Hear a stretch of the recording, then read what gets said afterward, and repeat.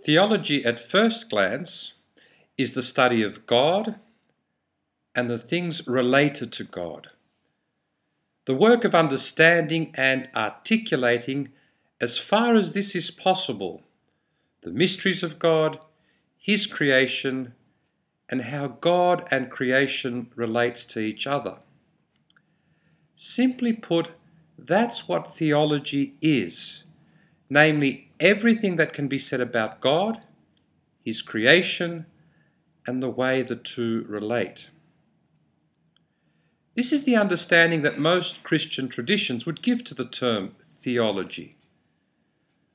Ultimately, etymologically speaking, this is what the term theologia, theology, means, coming from two Greek words, theos, God, and logos, word, meaning the study of God.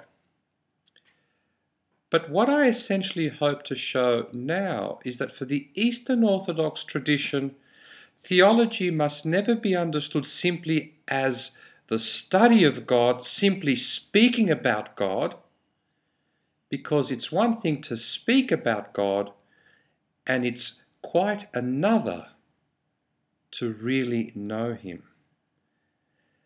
And so, before we begin to unpack the meaning of theology, before we begin an attempt to define what theology is, I'd want to highlight the Eastern Orthodox approach to theology.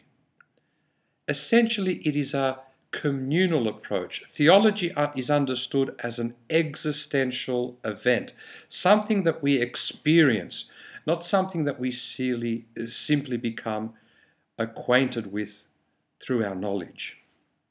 And there's a beautiful story in the New Testament which really captures this aspect of theology. You would remember the scene described in the Bible when all the disciples were gathered together on a boat one night in the Lake of Galilee, and a great storm arises, and they are in danger of drowning.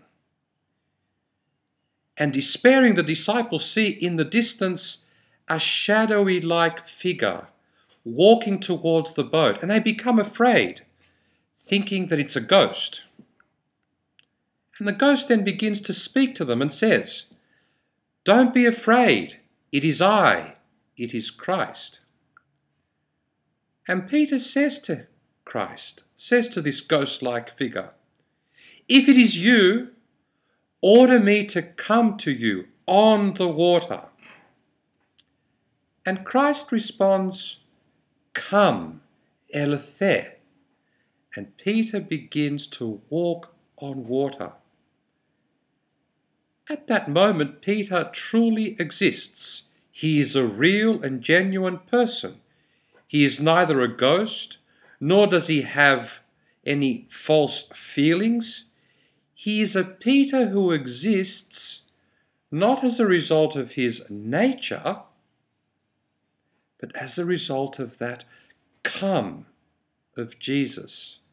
He exists only in relationship with Christ. He exists because he responds to Christ's call, come. This shows us two things about theology. It's a response to Jesus. Theology is basically a response to the come of Jesus.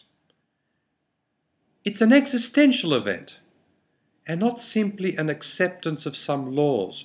It's not simply an accumulation of knowledge of divine things, divorced from living a life according to that knowledge. And so from this story, we could say that theology is a gift to approach God in order to experience Him. It's communion with God. This is the distinct approach to theology. And in this, all the laws of our biological nature are abolished. Certainly, this does not happen magically or automatically. The story continues, and the very next moment, a great wave comes. Peter loses his cool and goes to sink. And this is what theology is, a relationship with Christ where the laws of nature of this world can be abolished, where death can be overcome by death. And so such an understanding of theology signifies that it is ultimately mystagogical, being taken by the hand and initiated into the mysteries of God, where you get to taste the victory over death. Theology is an encounter. Theology is an experience.